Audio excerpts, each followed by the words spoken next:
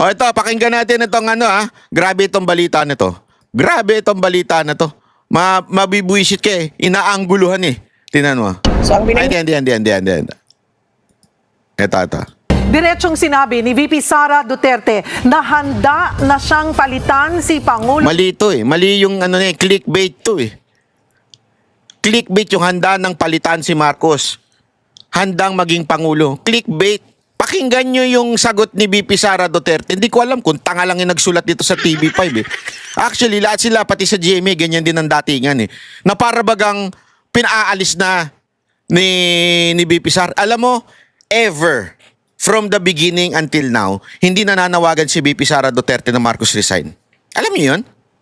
Kasi one, alam niyang hindi naman niya gagawin ni Marcos yun, kaya hindi siya nananawagan. At hindi appropriate para sa isang vice president gawin yun, kaya hindi niya ginagawa. At mali yung pagsabi ng headline nito. Hindi ko sinisisi yung reporter na to, si Cheryl Cosim ba to? Kung sino man yung sumulat, binabasa lang naman yan eh. Mali yung sinasabing handa ng palitan. Hindi sinasabi yun.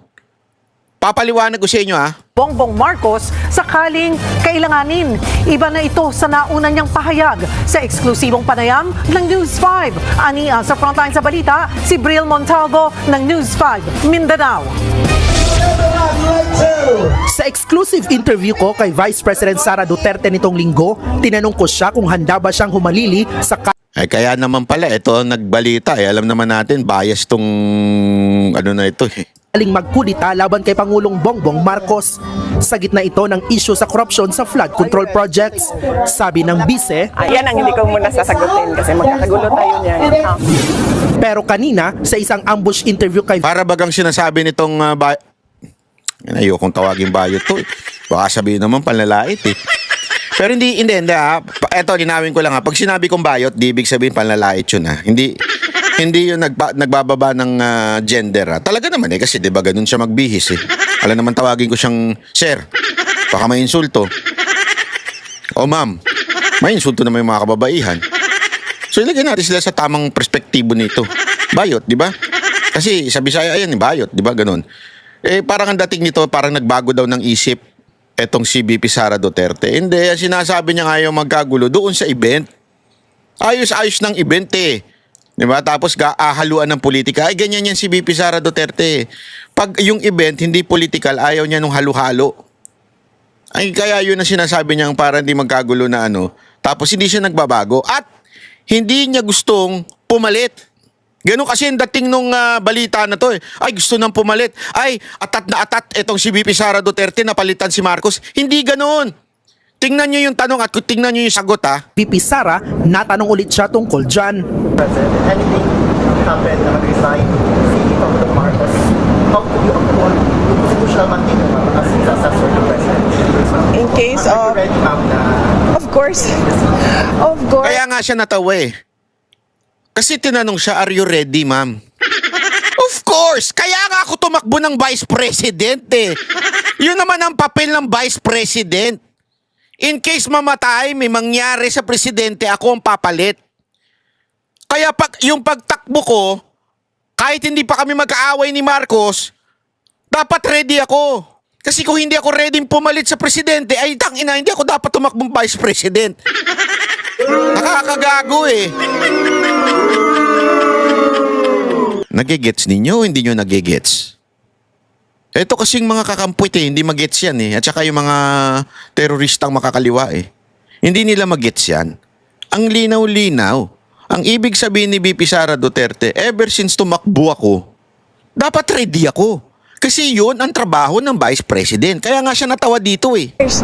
there is no question about my readiness. Pinesenta ko sa inyo yun, ang sarili ko at alam ko. Pinresenta ko yung sarili ko noong 2022.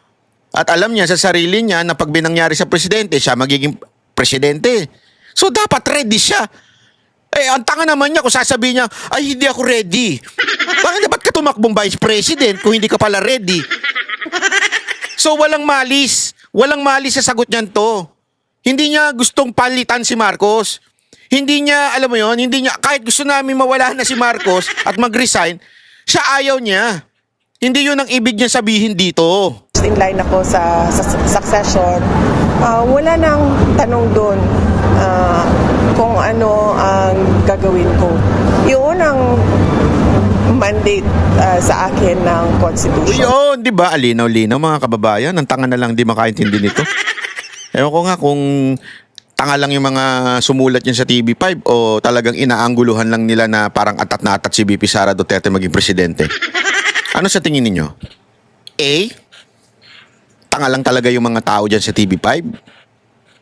B, o baka inaangguluhan lang nila yung kwento ni VP Sara Duterte para sabihin ng ibang tao na atat to si VP Sara Duterte maging presidente. So ang siya may kasalanan na stabilization. Ganun lang yan eh. Diba? A or B lang yan eh. Oh, ano sa tingin ninyo? A or B? Ulitin ko ha. A, tanga lang talaga silang umintindi. Mahina ang comprehension nila. O B, gusto talaga nilang palabasin sa tao na atat si VP Sara Duterte'ng palitan si Marcos at mapagbintangan na destabilizer. Ano sa tingin ninyo? A or B? O walang bot ha? O kaya none of the above, all of the above. A or B lang ang sasagot ninyo. Ang sumagot ng bot, bubut-butin ko. O ang sumagot ng all of the above, nako, A or B? At alam ko yun nung ako ay tumakbo. At Ayan, no, alam niya yun nung siya tumakbo. Common sense, kaya ka nga tumakbo eh. You have to be ready anytime. That's the reason. Walang ibang dahilan parang isang vice president tumakbo. Tatakbo akong vice president kasi gusto ko maging secretary. Tanga. Tatakbo akong vice president kasi gusto ko maging senador. Kaya ka tatakbong vice president kasi alam mong kaya mong maging presidente kung sakasakaling mawala si Marcos. Sana. I mean, mag-resign. Hindi yung mawalang mag-resign si Marcos. ano niyo ako as vice president knowing that I am the first in line. Nauna nang pinabulaanan ng bise ang anumang impormasyong nagdadawit sa kanya sa destabilisasyon. Tingnan niyo na kung paano tinwist yung story. Paano pasimple lang tong TV5 pero ang twist ng story, doon patungo sa destabilisasyon eh. Sinabi nito reporter na matagal nang tinanggi ni VP Sara Duterte na destabilizer siya.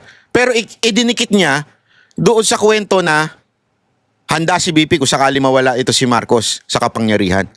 So, obvious eh. Alam mo, sa bagay, yung mga Gen Z, mga tanga-tanga din yan eh. Sama-sama sila. Laban sa administrasyon. Ang pag-ugong ng umano'y kudita ay sa gitna ng isyu sa korupsyon sa gobyerno.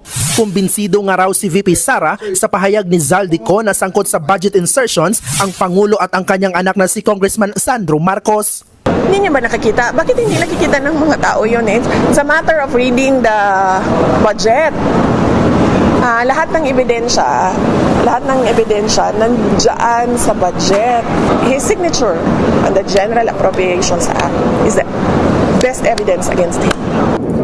Nagbabalita mula Ayun ang malinaw, di ba? Kaya nga sinasabi natin paulit-ulit, kahit itago pa, kahit magpalusot pa. Kaya nga sabi ko sa inyo, assuming, yung mga mahilig mag-assume dyan, assuming hindi talaga nagnakaw si Marcos Jr., o walang insertion na inutos at hindi niya kinausap si Zaldico. Assuming lang na imposible naman. Assuming lang. Sablay pa rin siya. Bakit? Pinirmahan mo yung insertion Bakit? It's a fact na nagkaroon ng insertion. It's a fact na corruption nandun sa 2025 budget. Bakit mo pinirmahan? As simple as that. Huwag na tayo magpaikot-ikot. That is more than enough evidence to impeach or persecute the president. Kaya yung November 30 na rally ng mga kakampwet at saka ng mga teroristang makakaliwa, kalokohan yan. Kalokohan. Dapat ang talagang sigaw dyan, panagutin si Marcos. Wala nang iba. Wala nang ibang dapat sisihin sa pinakakurap na pangyayari sa kasaysayan ng bansang Pilipinas kung hindi si Marcos. Whether tumanggap siya o hindi siya tumanggap, bakit nakalusot sa kanya ito? Yun eh. Dami niyong alam.